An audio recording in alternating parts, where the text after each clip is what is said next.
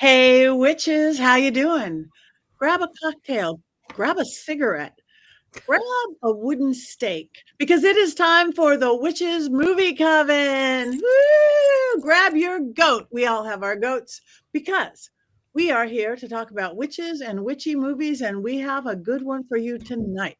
My name is Patti Negri. I am one of your five hosts.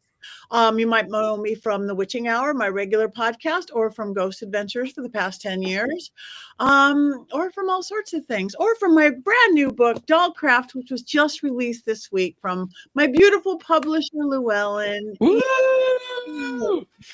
But let me pass this on to my beautiful co-host who could tell you what they're doing. Let's go to Heather with the hat. Hi, I am Heather Greene. I'm the I'm the editor at Llewellyn Worldwide. I actually did edit Patty's book. I'm also an author myself of Lights, Camera, Witchcraft. It is a critical history of witches in American cinema and television, also published by Llewellyn. I am also a journalist covering all things occult and witchy related in the media. And I love the hat. Thank you very much. Let's move over to lovely Courtney. That's me, Courtney Buckley, ghost bait on Scared and Alone, and I am living proof that witches do melt. Because I'm melting. It's hot out. I'm melting. So, but I'm very excited to be here tonight. I have, as we've heard on the show before, talked about this movie a lot, and I can't wait to talk about it a lot more. And I brought notes, so I'm ready. He's got notes. Thank you. It's good to see you. Richard-Lael. Hi, I am Richard-Lael. Richard-Lael is one name, not two. If I were just Richard, I would be a... That's right.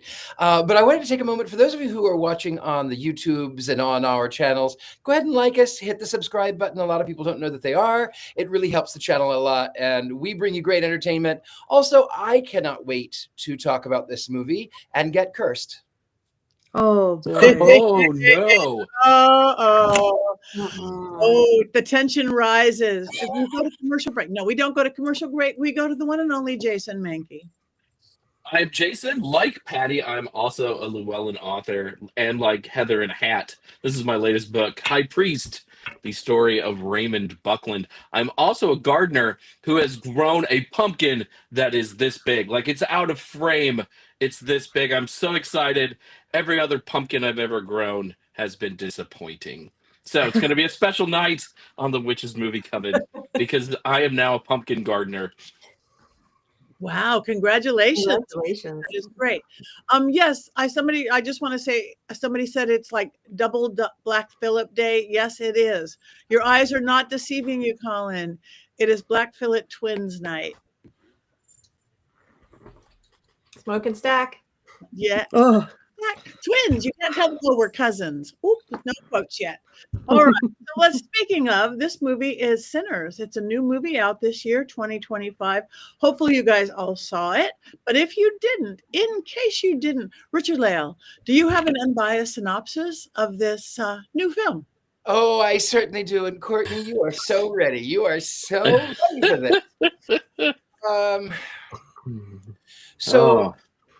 Filmed in Thibodaux, Louisiana, which is about an hour from me, it pretends to be in the Delta, Mississippi. And it's not, because it's cotton, not sugarcane, and that drives me crazy. That's a minor thing. These two brothers who are not cousins, but they pretend to be cousins, played by the same actor as if it were 1960s Parent Trap and the technology is new. How do they do that?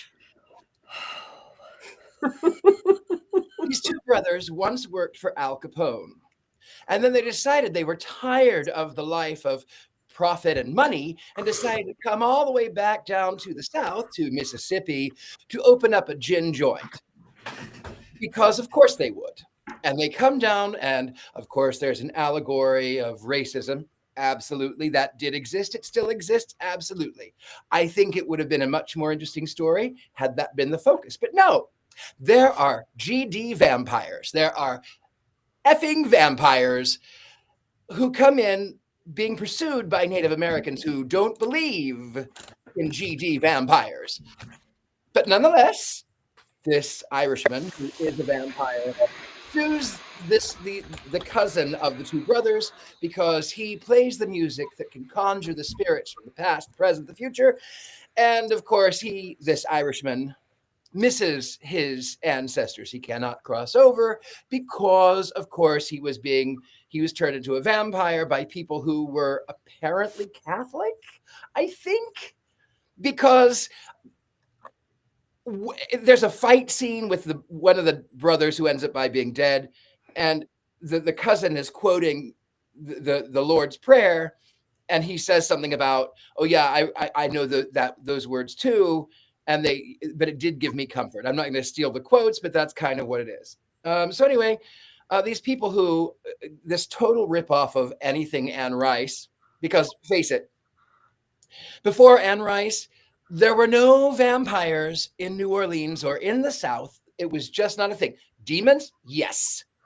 Devils? Absolutely. Ghosts? We all have ghosts. Absolutely. Vampires? No. There were no vampires before Anne Rice. So this Anne Rice knockoff.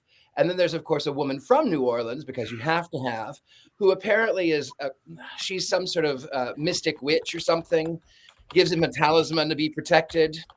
In the end, he ends up by ripping his talisman off so that he can kill the racists, which, great. I am so glad he did. And then there were a lot of vignettes off on the back, but at the same time, there's a lot of music that is playing, which is great. The soundtrack is great. The music is great. I loved the fact that there were, you could see the past, the present, the future, all of the same thing. And that is what music can do. Music does trace us all the way back. It takes us back to our most primal, which is amazing. Irish vampires in the South, I just can't buy it. I thought it was entirely overdone. I would have much rather have seen it a story about defeating actual KKK members. That's about it. And then, of course, roll the credits, excepting for if you walk out, you miss the fact that everyone is dead excepting for the cousin. And he is pretending to be Robert Johnson, I think. But he's playing in a club in the 1990s when the other two come in who are dead, and they make some sort of sentimental remark about, I wish I could see the sun. And then I actually closed the laptop at that point. And then I heard there was another one where he just sort of flashed back to when he was playing in the club in the 30s. And that's about all that I know, because I tried to pay attention. Okay. Thank you for that clear, unbiased description of the plot line. I couldn't even talk now if you asked me to. Okay. Well, we won't make you talk for a moment, and I'm not sure how Heather can talk either. But can we pass it over to you? Maybe there is more to this movie. 5 things that we should know. Yeah, so this is I describe this movie like a 7-layer cake. There's so many layers of meaning that there's no way we can encapsulate them. And I also would like to say, before I begin and before we continue this podcast, it's very important to note that a lot of these layers emanate and come from, on purpose, the experience of Blacks in America. And we are 5 white people. Yes. So we are not able to speak to that. And I want to just acknowledge it and name that, so we don't step in and understand where we're coming from. But I think it's important for people in America, regardless of who they are, race, ethnicity, whatever, to watch films like this and to read books that have these subjects, because we should all know everybody's experience to be better people in a society that is getting better and improving. So that's my lecture. Now I'm going to go to the 5 things. So the 5 things, let's talk about pretty much the same stuff I usually do. We'll start with, where's my list? Start with the basics, then the cast, then we'll talk about music, and then the director. And I want to save him for last for a reason, because some of his words lead to themes. So I'm going to start with the basics. 2025. It just came out. This is one of the newer films we've ever done. We usually do older ones. Its budget was $90 million originally. It creeped up a lot higher, but it didn't go too bad. And in the end, on opening weekend, it made over $48 million. And currently, we're talking 2 months here, 360 plus million worldwide. That's huge. Okay, extremely successful, and it is not done. It's still in the theater here, and now Yep. it's just come to purchase, not even rental, on streaming at this point.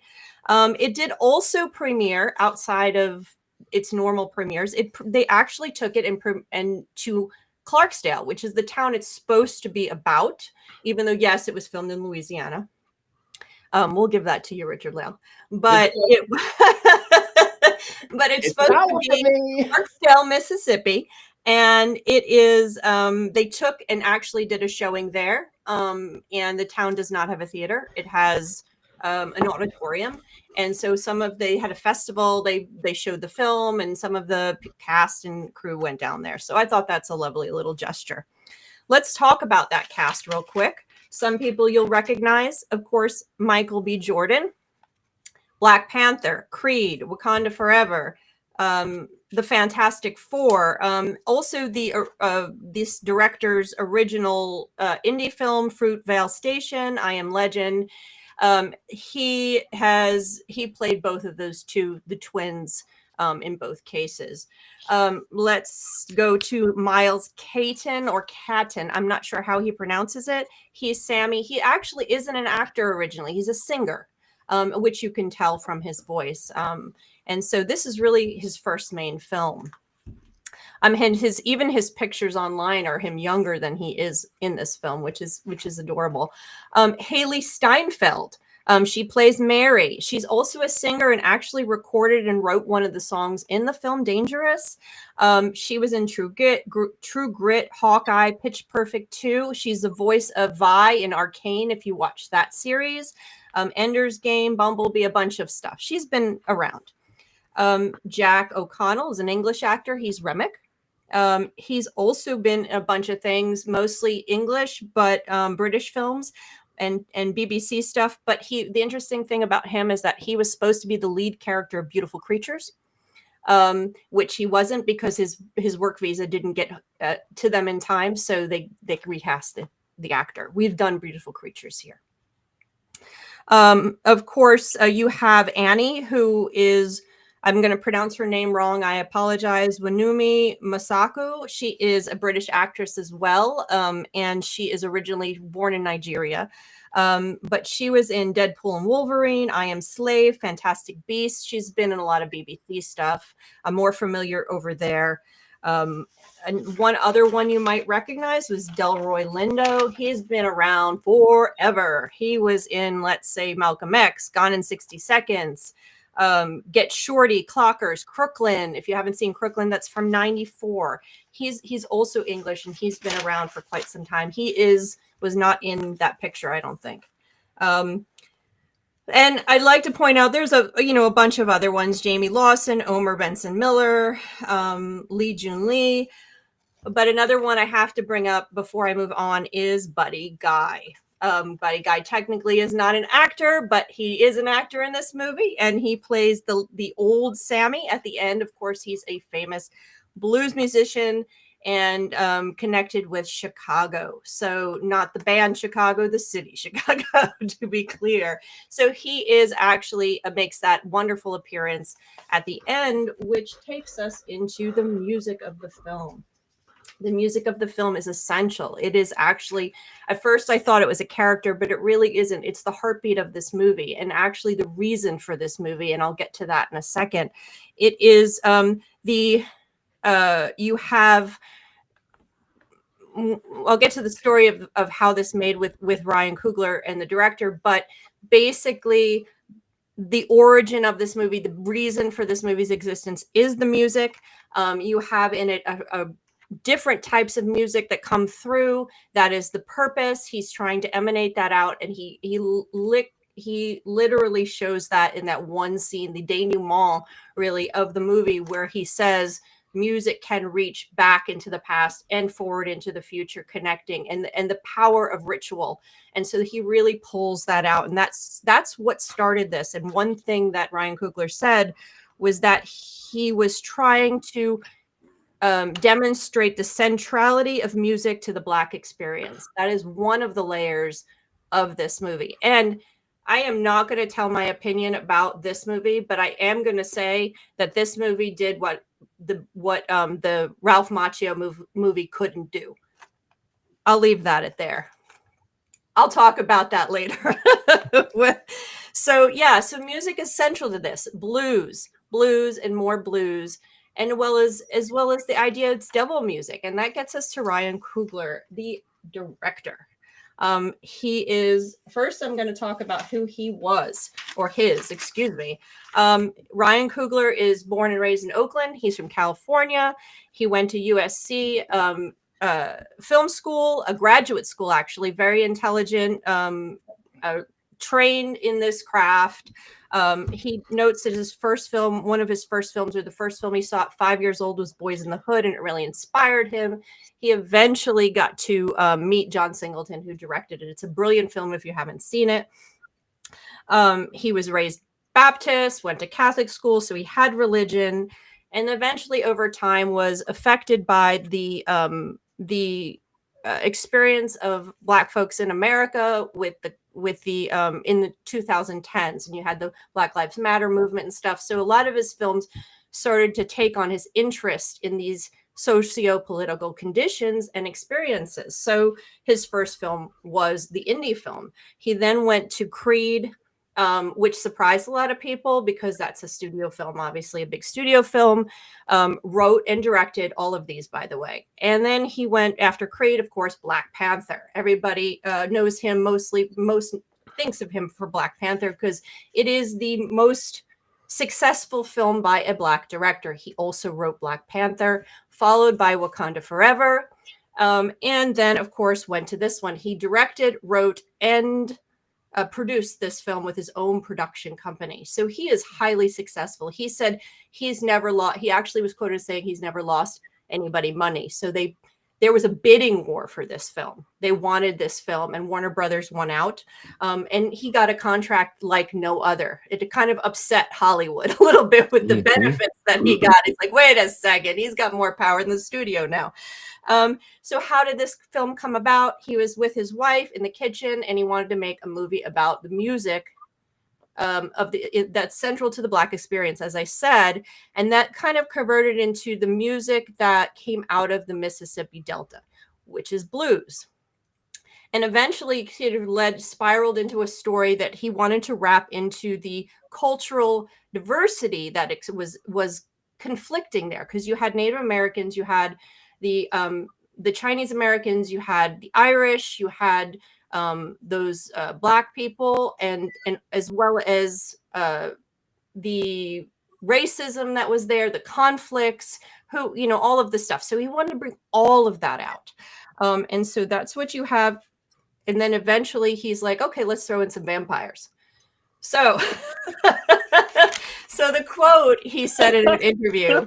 Oh my God, Richard-Lael's face. Yeah, I know. So here's the deal. So why did he do vampires, right? Why? So he said in an interview, basically, because his interest, getting back to the interest, his interest has been exploring his own ancestry. So he wants to know where he came from. So he said, and basically he went to Africa before Black Panther, and Black Panther is an exploration of the African diaspora, of those origins. So this would be the next step. So if a superhero film can be a vehicle to understand the African diaspora, a vampire flick can address Jim Crow and the so-called devil music. And that's the concept that came out of it. He used the vampire as a vehicle to explore these themes. And so that gets us to the last thing I'm going to talk about, themes. We got layers. We got layers upon layers. We've got religion. Okay, religion and eternal life. You can do it with a vampire. You can do it with Christian. Everyone's promising you eternal life. Christianity, or is it going to come through music and art? Is a whole theme there. You've got family and friends and community. You've got that. You've got, of course, he says one of the major things is coping. He actually said active coping is one of the major themes in this movie. You have, of course, music and the centrality of it, the ritual of it, the magic of it.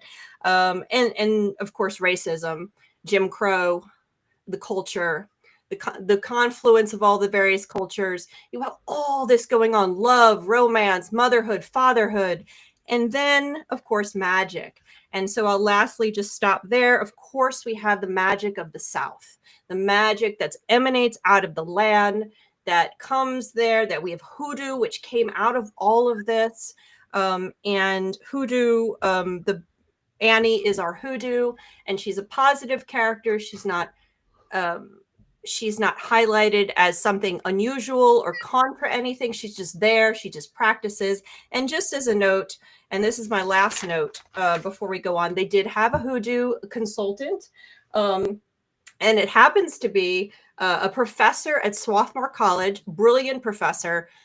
She's got PhDs from Princeton, all that stuff. And I happen to have her book for my own research, Yvonne Chirot. And here's her book, Black Magic, A Religion and the African American Conjuring Tradition.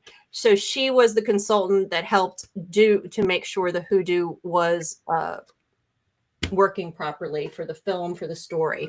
Is everything perfect? We can talk about that. Some of it we probably can address, but this is a very layered film. There's so many things we can talk about, like it or not. That's all the things you need to know. Good night.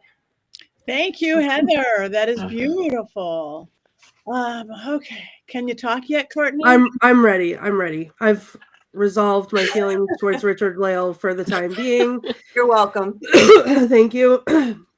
Heather brought me right back into it and why I love this movie. And I've already given it away. I've already talked about it. That is my opinion of this movie. This to me is this is a movie that is why I love movies, and I'll get into it. If you can just bear with me, I have a lot to say, but I do want to echo what Heather said, that when you're watching this movie, or when I was watching this movie, I realized very early in that this is not my story to talk about. So I do want to recognize the fact that I'm coming at this obviously from a very different lens than someone who would have gone through this and seen parts of themselves in it. So this is my take, and that's it. So I'm not claiming anything other than that. But when I saw this movie, I saw it in the movie theater first, the regular theater, and then I saw it 2 more times in IMAX, and then I saw it again in the regular theater, and then I watched it on the TV just today. I'm going to try, I can't even talk about this without getting emotional. This is the reason why I say it's so important to see movies the way that they're intended to be seen. This movie was shot for IMAX, and it makes a huge difference to see it in IMAX. The impact of it is entirely different, even on just the regular big screen. So watching it in IMAX, and they did do this because I bought the digital version today. They do it where they go from having like the wide shot, and then they open it up during pivotal points. When you're watching that in IMAX, it happens, and it become like you're just in it all of a sudden, and it's, something big is happening and you're invested in it, and it's crazy. The scene where Sammy sings "I Lied to You," I think is the best scene I've ever seen in any movie of all time. And the first time I watched it, I didn't get it, and I didn't get it at first. So the part where he's singing and it's showing the first person, like from the future, I giggled a little bit because I was like, what is, this is such a weird thing you don't expect to see in this. And then as it continued on and you started to see all the different aspects of it, I was like, my chest ripped open, my soul was ripped out, and I was like, oh my God, this cracked the movie wide open for me, and now I understood it. And it was like, I also, because I saw it so many times in the theater, got to witness other people have that experience, not even people that I was sitting with. You could hear them in the theater giggling and then going, oh, in the theater. It was amazing. I think that, having said that, the music, I have the soundtrack and the score. This is the only movie in my life that I've ever downloaded the score of and listened to on a regular basis. Every time it pops up on shuffle in my playlist, I can tell what part of the movie it is because of the music. It's beautiful. And then I think, just from a cinematography standpoint, the amount of continuous shots they did in this movie was mind-blowing. So that whole scene where Sammy's saying, I Lied to You is all one shot, and they had to do that, and they did it several times. It was when they introduced the chows and they were walking back and forth across the street. That was a continuous shot. There was a point during when Pale Pale Moon was playing and they were going back and forth between the two twins.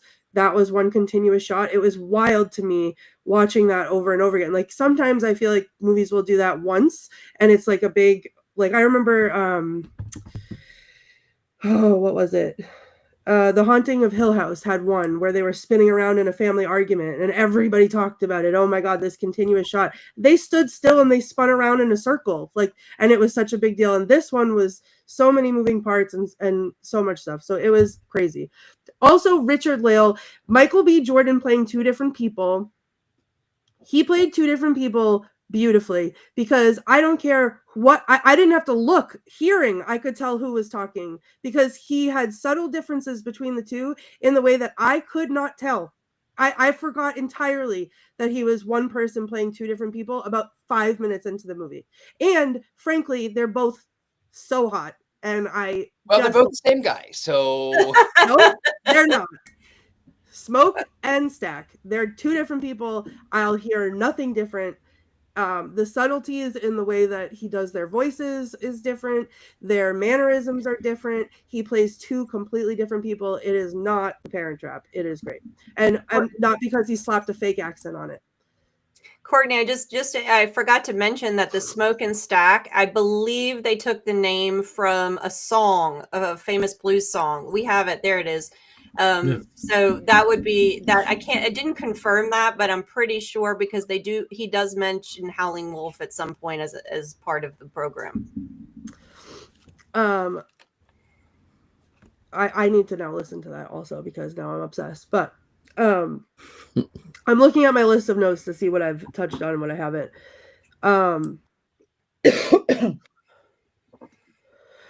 So then the vampires. Okay, so anyone before they went to see it that I was trying to drag to go see it would be like, oh, yeah, but like the vampires, like whatever. Okay, it's not really, to me, not about vampires. The vampires had nothing to do with it. They weren't even, to me, in my brain, real vampires. It had nothing to do with that. You had groups of oppressed people being oppressed. You had Black people, you had Irish people, you had Chinese people, women, whatever. And then the vampires, just the vampirism represented more oppression. So they were saying, come on, like, come with us, we're going to be free, right? We're going to be free. We're going to go into the night. We're going to be free. But then at the end, if you weren't a noob who got up right when the credits were over and learned to, if the lights are down, you stay in your seat, stayed and watched the rest of the thing. When they come back and talk to him, they're talking about for a few hours there, we were free. It was that day was the last time I saw my brother. It was the last time I saw the sun, and we were free. And for those 3 hours or however many hours that they got to be together as a community before everything started happening, because vampirism was just another way for them to be oppressed. They couldn't go outside in the sunlight, whatever, fine. But like, it's not about being a vampire. And then Remick, him being the Irish vampire, like there's, okay. Layers. It's layers. Right. Movies. We hate when movies spoon feed things to us, right? So this is not Twilight where we have to go to a bookstore in Port Angeles and Google the meaning of vampires so that the audience knows what we're talking about. But we have this dude who's an Irish vampire we're hearing about this magic that the music is, right? And it calls forth the spirits of the past and the future. When he is biting people, he is building a community at the same time as he is getting their memories and their thoughts and their whatever and everything that they have they're all becoming one collective, right? Because even though he's the leader, but every time someone gets bit and turns into a vampire, they start talking about community. So you have the three people in the beginning when they're trying to get into the juke joint. They're like, oh, they ask if they're part of the KKK, and they're like, no, like we're building a whole, like we're all about love, and we're all about this, we're all about whatever. And then later when Cornbread gets bit, and he comes back to the door, and he's like, we got to be nice to each other, we got to do this, that, and the other thing, like whatever. They're all doing that, but he is collecting these things to build a community because he misses his people. he's away from his people, and that's why he wants Sammy, because he wants Sammy's voice, who's going to bring them all together, whatever. But then them reciting the Lord's Prayer together is, you know, he has whatever he has from wherever he was from, and there's like subtle differences where he's talking in a southern twang the whole time, but then he goes back to this spot in his brain where he's talking about his roots, and he's saying the Lord's Prayer with an Irish accent. And even when he's singing still not fully like with an Irish accent. I don't know. There is layers. There's so many subtleties. I can't. Richard-Lael, don't look me in the eyes, okay? I've talked enough given my review yet. Listen, and someone in the comments, I just want to say this, and this is the last unhinged thing I'll say. Someone in the comments talked about the drooling into the mouth foreplay scene. Haley Steinfeld could spit in my mouth any day of the week, because that was amazing, and I loved every minute of that. This was, in addition to being the best movie I've ever seen, probably the horniest movie I've ever seen, and there was no nudity whatsoever. There was no boobs and butts, and I don't care. I was more excited in this than I was any other time. So I love this movie for so many reasons, and I could talk about it for the rest of my life. So that's me for now. Thank you, Courtney. Wow, you could do this. Jay, I saw Jason peeking his hand up here. Did you have something to add to that or jump in? I thought we were done after Heather and Courtney. I thought we were done. I was gonna go up and get another drink, maybe hit a juke joint, get some gin, something like that. I saw this in a theater, and I did not see it when it came out, even though I'm a fan of Michael B. Jordan and Ryan Coogler. We just didn't get to it, and then the word of mouth came through, and we're like, oh, Ari, that's my wife, we have to go see this. And we went and we saw it, and as Courtney said, when you're sitting there and you're watching the movie, and it is sort of a movie in two parts in a lot of ways, but when they're in the juke joint and the song starts playing, Sammy's song, and time transforms, and everything about the world shifts. People talk about magic on the silver screen. That was magic on the silver screen. And I think my wife and I both cried. I'm about ready to cry right now. Me too. It is a powerful, magical moment that I have never experienced before in a film. And it stays with you forever. Second for me is the end of the movie where Sammy says, up until the vampires, that was the best day of my life. And there's something about that, because while that early part of the movie is going on, it does feel like the best day. I'm excited. I want to see everything get opened up. I loved how everybody's working together to make sure it opens up, except for the, racist jerk faces. And I loved watching them get murdered at the end of the movie. I'm not usually a bloodthirsty person, but that was very enjoyable. But they deserved it. They deserved it. Yes. That freedom and joy, though, in that first 90 minutes is just beautiful to watch. Thank you. I agree. And Courtney, you put everything I was feeling just in much better words than me. I'm going to just start it out with, they didn't have to kill the snake. They didn't have to open the damn movie, killing this beautiful snake.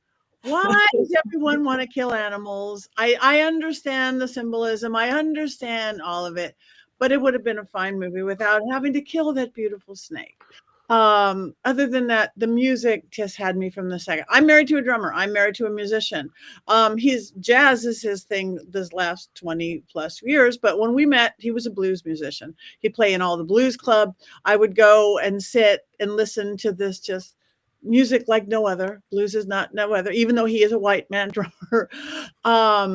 And I think that's really part of why I fell in love with them. It's just that the music that came out of him and the band and everything.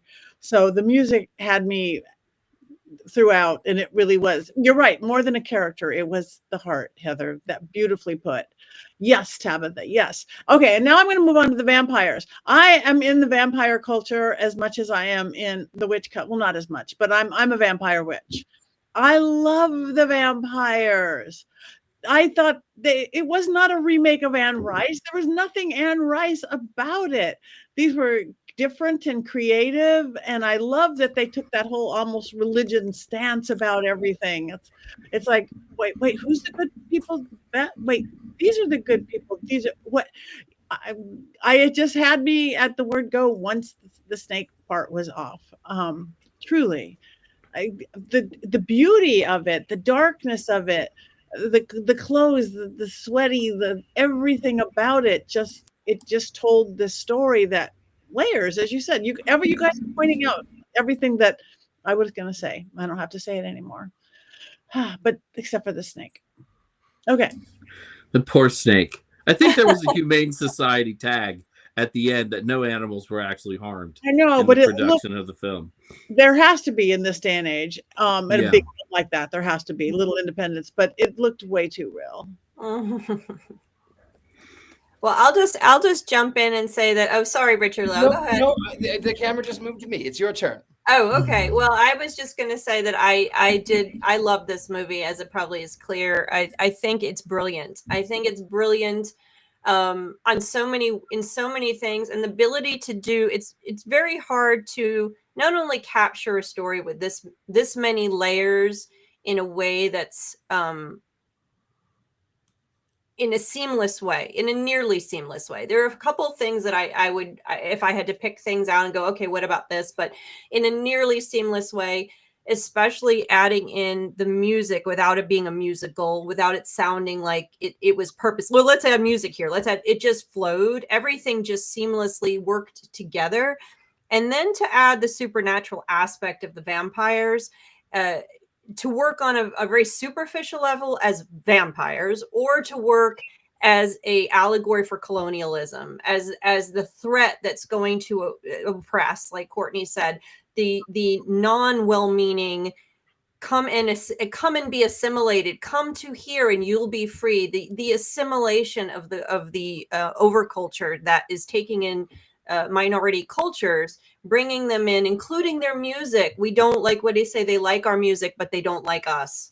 The assimilation, and that's what the vampires represented to me. Is that this overculture assimilation? And while and him being Irish was key because they were assimilated as well. And even the Choctaw who were separated, I wish they had come back at the end, but apparently the Choctaw and the Irish that lived there were allies for a while because of that shared oppression. But obviously things didn't work quite for the indigenous populations like they did for the Irish Americans. But you have that sort of sense that the Irish were assimilated first, but they look like the clan people, so they can pass. And so you wind up with this story of assimilation. There's so many pieces you can talk about in this movie. There's so many moments that are just brilliantly done seamlessly into the story that, I was crying like you guys at the music thing. I use music in all my magic. Magic doesn't exist for me without music and without beat. It doesn't. I even brought our dobro. I'll just show it to you guys. So I also have a partner that's a big into musicians. We've got guitars. So to inspire us tonight, I brought his dobro that he plays. He's not a musician like your husband in terms of professional. He just does it around the house. And anyway, music is a part of our family. Blues music, jazz music, Broadway music, all the musics. And even Katy Perry, when my children are around, we encourage it. And so it's part of my magic. It's part of my life. So I loved that they were able to do this. So I think this is his best film of all this. I think this is a landmark film, historic film for Hollywood, for American cinema. So I applaud Ryan Coogler. I applaud this movie 100%. Thank you for making it. Thank you, Ken. Now I have something to say. Oh, look, he froze. I like that we saved Richard-Lael for last on this. Yeah, though. we had. I will tell you, it was absolutely beautiful. The film was beautiful, front to back. It was beautiful. The music was heart-wrenching and powerful. And that one scene, Sammy's scene, I loved that aspect of music connecting the past, the present, and the future. I really thought it was it was, I didn't laugh in the moment. Now, mind you, I couldn't get it to play on my laptop and I had to watch it on my phone, but I did see that DJ and I realized instantly what was happening. There was some early remark about how he was able to conjure the spirits of the past, the present, the future. And I knew in that second, I knew what they were doing. And I went, wow. Yeah, that was brilliant. I loved it. I get the allegory of the oppression of the vampirism, and I get it. I also don't get it, and that's where it's the one thing where I just could not. I couldn't commit, and then at the same time, I felt badly for all of them. I felt badly for the Irishman who did miss his family and did miss his home. I mean, I don't speak to my family. I haven't spoken to most of my family in years. At the same time, I don't really miss them. So I don't know. I mean, I get it. But then on the other side, from a very real personal side, the Delta, the Mississippi Delta, has always made me absolutely nauseous. I love blues. I love that kind of Southern jazz. I love it. I cannot physically withstand the Delta. We used to travel when I was a kid. We'd go to visit my grandmother in Atlanta, and we'd go down to Texas, and we'd go down up and down the coast. And the Delta, I wanted to just close my eyes the entire way through. And maybe it was because I was a sensitive kid.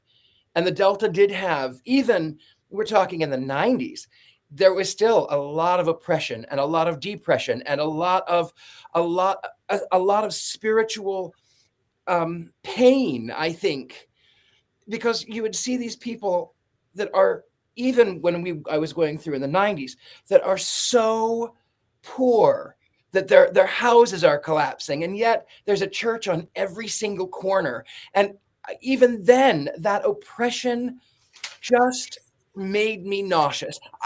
I'm glad they chose to make the film there. I'm glad they did. I think it was a beautifully done film, and I can forgive the fact that he played two characters. I can forgive that, even though I like to make fun of it. Beautiful film, beautifully done. Would I watch it again? No, I wouldn't. I wouldn't watch it again. But I wouldn't watch a lot of movies again. Unless it's The Addams Family, then I'd watch that 1,000 times.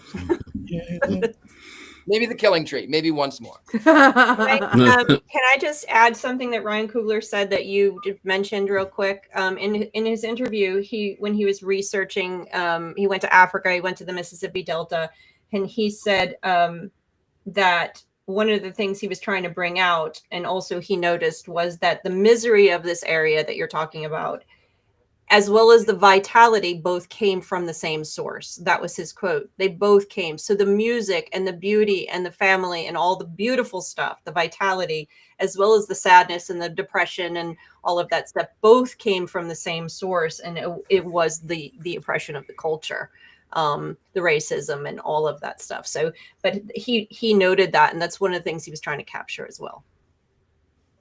Well, he did it.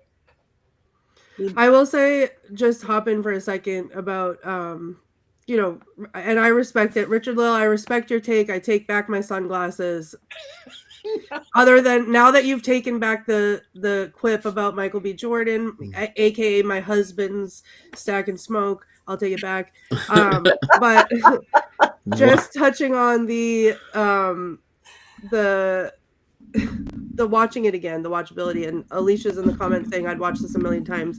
I think I obviously have seen it now 5 times, but I think I take something different from it, or I have a different experience every time I watch it. And I think that seeing it on again, it was filmed in IMAX, like it was meant to be seen on the big screen. So I think there's something to be said that, if you're choosing, if anyone who's watching it hasn't watched it yet and you're choosing to watch it, don't watch it on your phone.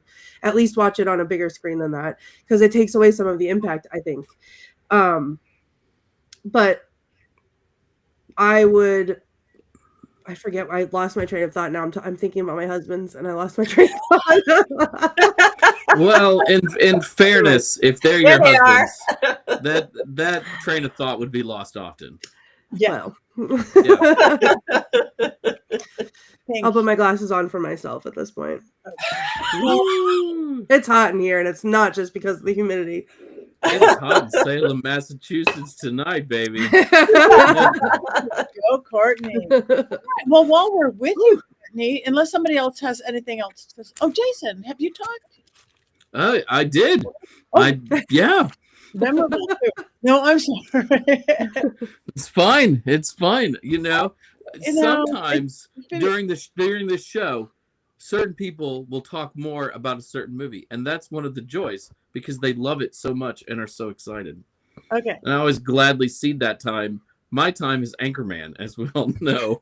Okay. Well, Stay then classy, San Diego. San Diego. Santiago. Coincidentally, this is my same notebook with my Anchorman notes in it. It's going to be Anyway, priceless one day, Courtney. Right. Priceless. Yeah. Greatness attracts greatness. Yeah. Right. Speaking of which, Jason, I just wanted to, as an aside, with the No Kings rally in San Diego, the city actually tweeted, "You stayed classy, San Diego," Oh, beautiful. That's awesome. Nice. and I immediately thought of you. That is I'll take it. I'll take it. all right. So to stay on point, can we go back to you, Courtney? For quotes, I have plenty. Excuse me. So my first one is the opening credits, and I think this speaks to, the whole point of the movie.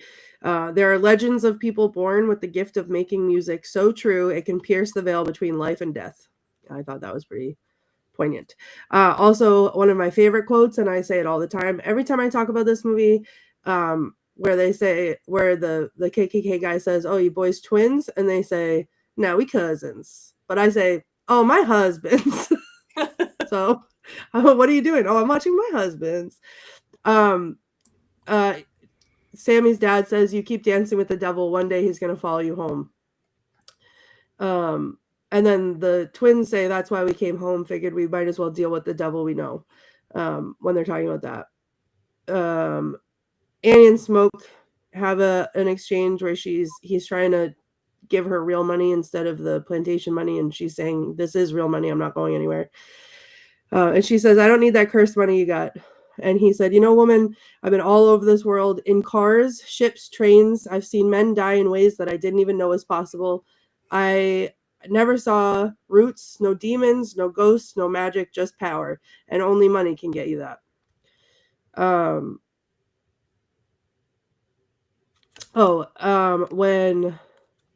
Who was it?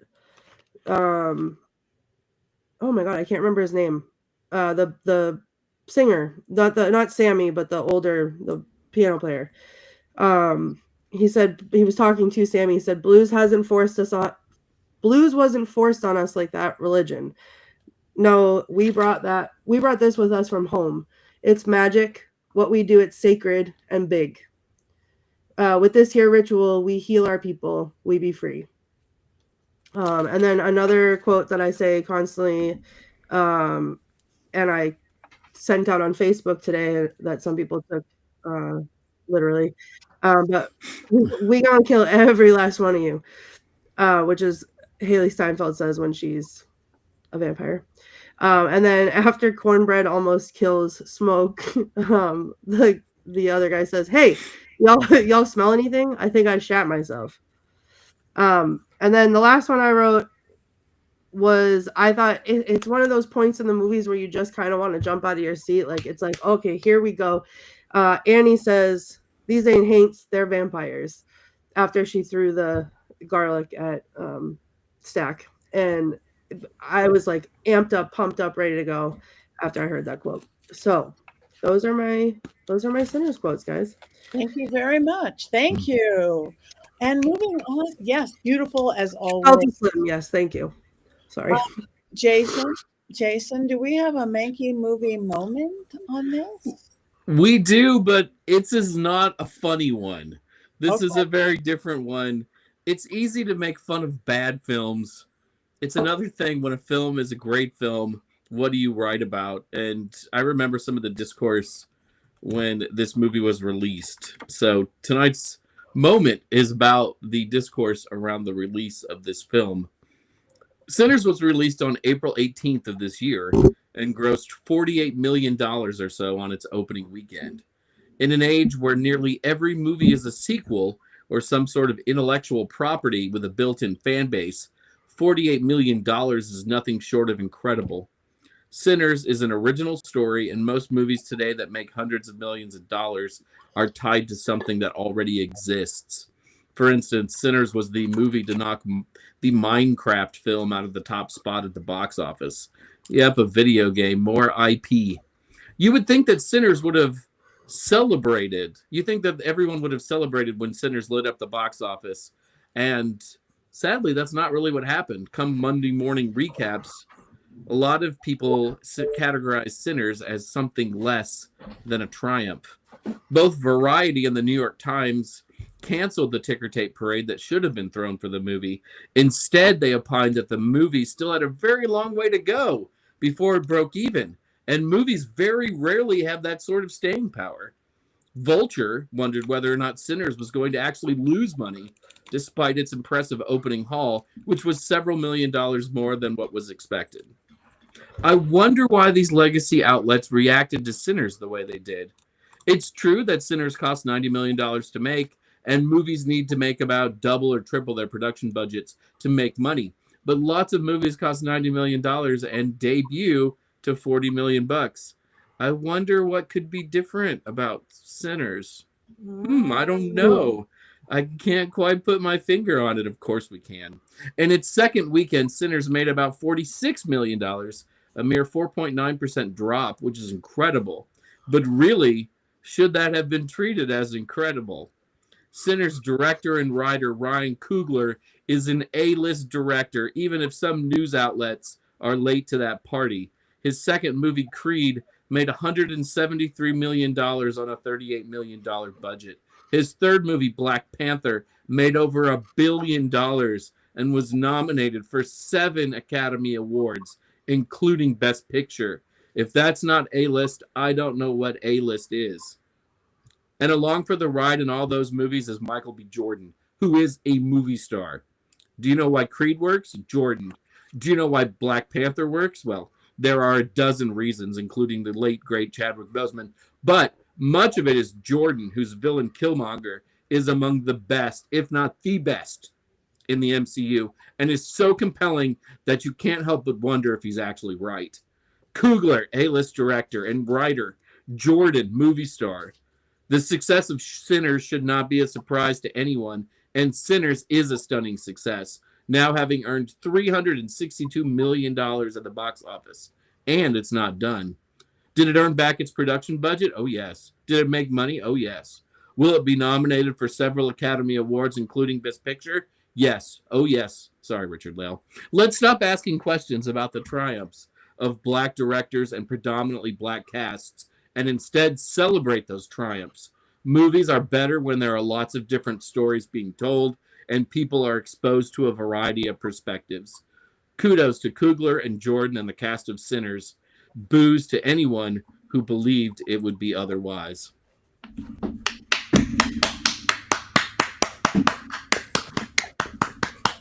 And it's not too late. It's still in theaters. So if you want to go give this movie your money, as you should, go see it.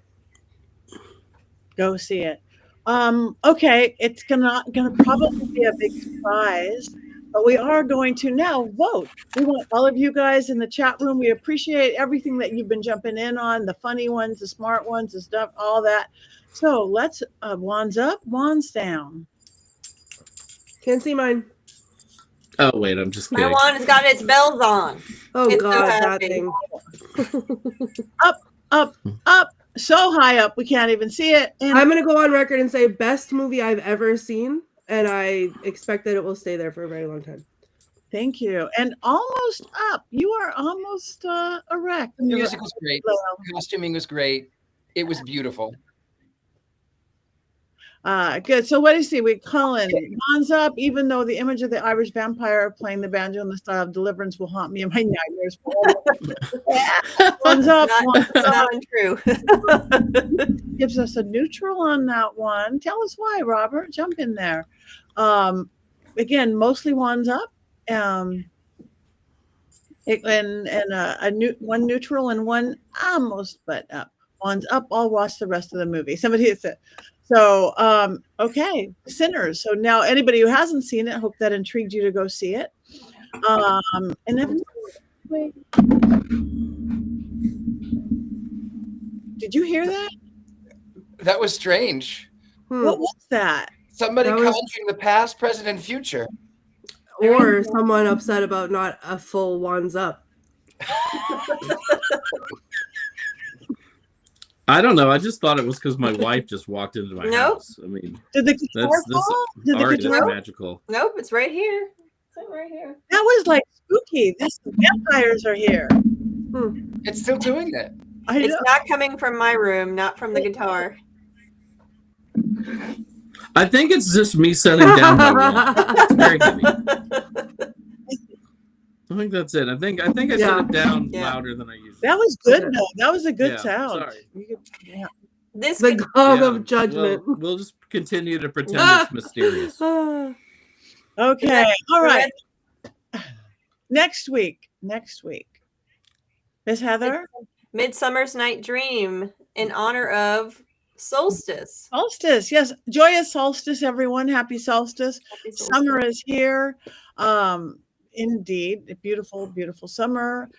And I will not be, I'm going to take at least one, probably 2 weeks off, but you will be well covered by these 4 beautiful people here and some of our fabulous regulars who jump in. And I will be back after that, refreshed and happy. That's all I'm going to say. Very refreshed. Me and Black Phillip, they're cousins. Okay. Anyway, we have a couple minutes left. Anybody have anything good going on? We got Mystic South. Okay. That's as good as it gets. That's about Okay. 3 weeks in Atlanta. Come join us for some magic and in the deep south. Magic and witchcraft. Maybe some blues. I got the big blues, you know. I'm going to be in Pennsylvania this weekend at a place called the Doss House. It's called the Creep It Real Festival, not Mystic South. It's Creep It Real. But seances, mediumship galleries, workshops. I am doing the practical magic workshop, doing a mediumship workshop, investigations at haunted jails and haunted Doss House, everything you want, and lots of really cool people going. I think it's also a fundraiser for the location. So check out Keep It Real Festival. And who was jumping in next? Jason? This Saturday, I will be at the Buckland Museum of Witchcraft and Magic in Cleveland, Ohio. And next Friday, I will be at Crazy Wisdom Bookstore in Ann Arbor, Michigan. Woo! As I tour this book that took 3 years to write. Please, for the love of all that is holy, buy one.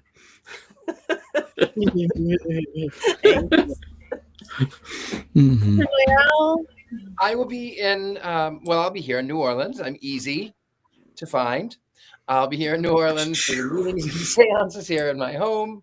I am gentlemanpsychic.com. You could also, I'll be going to Scotland next year. I think June of next year. You can find it at tracelesstours.com, and then it's under Sacred Tours. That would be where you would find me. And that's me. I am really easy to find. So that's what I have going on. Courtney? I will be just hanging out. You can find me at the Themes on all the things. Talk about Sinners with me. I'll be sitting at home now that I own it, watching it over and over again and building my fantasy life. So Perfect. And Heather, everybody all did this, right? Okay. So you guys, Where can one buy Patty's new book? Everywhere. It's a Llewellyn book. It should be available at your local bookstore. If it's not there, you can buy it online or tell them to order it. Yes, tell your local bookstores to order it. You could buy it online everywhere you buy it online. You can get a signed copy on my website that comes all packaged really cute by Mystery Control. And speaking of Mystery Control, get some merch. You can get that Richard-Lael little devil pillow. You could get capes and cloaks and things and t-shirts and quotes and more quotes. I'm hearing things again. It's that jazz. It's all that jazz. All that jazz. All right. And on that note, we have one more thing to go. You guys, I miss you already. Come back next week, though. You guys can't miss it. So everybody else watch it and listen to it and fill me in later. 1, 2, 3.